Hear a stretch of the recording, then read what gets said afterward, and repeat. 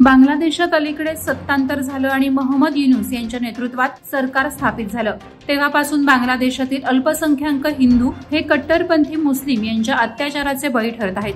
हिंदू आणि इतर अल्पसंख्याक समुदायातील जनतेवर मुस्लिम कट्टरपंथीयांकडून होत असलेले हल्ले, हत्या, लुटमार, दरोडे, जाळपोळीच्या घटना, महिलांवरील अत्याचार, अल्पसंख्याक समुदायातील मुलं आणि महिलांवरील अमानवीय अत्याचार हा भारतातील हिंदू समुदायाला चिंता करायला लावणारा आहे। या सर्व अत्याचाराविरोधात सकल हिंदू समाजाच्या वतीनं जुहूगाव येथील गावदेवी मंदिर ते वाशी छत्रपती शिवाजी महाराज चौकापर्यंत लॉन्ग मार्च काढण्यात आला। भारत सरकार कुछ नहीं करेगा जब हिंदू सड़क पे नहीं आएगा, क्योंकि हिंदू सड़क पे नहीं है, सरकार भी ऑफिस में सोएगा। हिंदू सड़क पे आए, दबाव डाले, सहनशील नहीं, आवाज जोर करे और वैश्विक लेवल पे अपनी आवाज को पहुंचाए। घर घर से एक भी व्यक्ति निकला तो 100 करोड़ की आबादी से 50 करोड़ सड़क पे निकलेगा और वही आबादी कई देश के पॉपुलेशन से ज्यादा है। यही आवाज बांग्लादेश नहीं प्रत्येक विश्व के कोने कोने में फैलेगा। इस सनातनी एकता जिंदाबाद और इसी नारे के साथ सनातनी का बल, शक्ति, सामर्थ्य, सहिष्णुता, उसकी धर्म की अखंडता दुनिया भर में फैलेगी। माणगाव तालुक्यातील वेळे विभागात 7 डिसेंबर रोजी कुंडलिका नदीपात्रात पाण्याचा अंदाज न आल्याने बुडून 3 महिला आणि 1 पुरुष अशा 4 जणांचा मृत्यू झाला होता।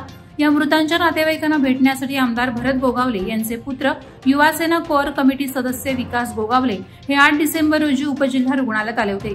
त्यावेळी विकास गोगावले यांनी आपण मुख्यमंत्री देवेंद्र फडणवीस आणि उपमुख्यमंत्री एकनाथ शिंदे यांच्याकडे पाठपुरावा करून सदर दुर्घटनेतील मृतांच्या नातेवाईकांना मुख्यमंत्री सहायता निधीतून मदत मिळवून देऊ असं आश्वासित केलं। बांगलादेशात कट्टरपंथीयांकडून हिंदूंवरील अत्याचाराच्या घटनांमध्ये वाढ होत असल्यामुळे भारतात या घटनेचे तीव्र पडसाद उमटत आहेत। या घटना त्वरित थांबवण्यासाठी आंतरराष्ट्रीय मानवाधिकार आणि केंद्र सरकारनं तत्काळ दखल घेऊन येथील हिंदूंना आणि अल्पसंख्याकांना न्याय मिळवून द्यावा या मागणीसाठी खालापूर तालुक्यातील सकल हिंदू समाजाच्या वतीनं खालापूर पोलीस स्टेशन बाहेर स्वाक्षरी मोहीम आयोजित करण्यात आली होती।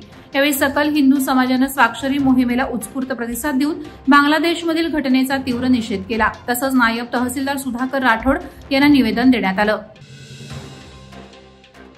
महाड एमआयडीसी मध्ये 2 दुचाकी समोरासमोर धडकून भीषण अपघात झालाय। या अपघातात एका दुचाकी स्वाराचा मृत्यू झाला असून दुसरा दुचाकी स्वार गंभीररित्या जखमी झालाय, तर दुचाकीवर मागे बसलेला व्यक्ती किरकोळ जखमी झालाय।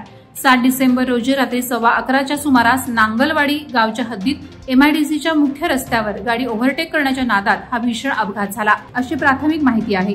या अपघातात वसीम हैदर अन्सारी वय 26 राहणार नांगलवाडी मूळ राहणार उत्तर प्रदेश याचा मृत्यू झाला, तर दुसरा दुचाकीस्वार हर्षल अंकुश भालेकर वय 22 राहणार सवणे तालुका महाड येथील असून तो गंभीर जखमी झालाय। घरगुती गॅस दुरुस्तीचं काम चालू असताना गॅस गळती होऊन अचानक उडालेल्या आगीच्या भडक्यात 3 जण गंभीर जखमी झालेत। ही घटना नागोठण्यातील खडकाळी येथील विलास जोशी यांच्या राहत्या घरी घडली।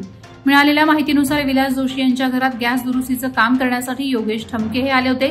गॅस दुरुस्तीचं काम सुरू असतानाच अचानक उडालेल्या आगीच्या भडक्यात विलास जोशी वय 45 यांच्यासह दिनेश म्हाप्रळकर वय 17 दोघेही राहणार खडकाळी आणि योगेश ठमके वय 48 राहणार अंगराळी हे 3 जण जखमी झालेत। या तिघांवर नागोठणे प्राथमिक आरोग्य केंद्रात प्रथमोपचार करण्यात आले। गंभीर जखमी झालेल्या योगेश ठमके याला अलिबाग येथील जिल्हा रुग्णालयात दाखल करण्यात आलं। भोकडविरा ग्रामपंचायत हद्दीतील द्रोणागिरी रेल्वे स्टेशनमधून अनेक नोकरदार, विद्यार्थी, प्रवासी महिला कामानिमित्त मुंबईकडे प्रवास करतात।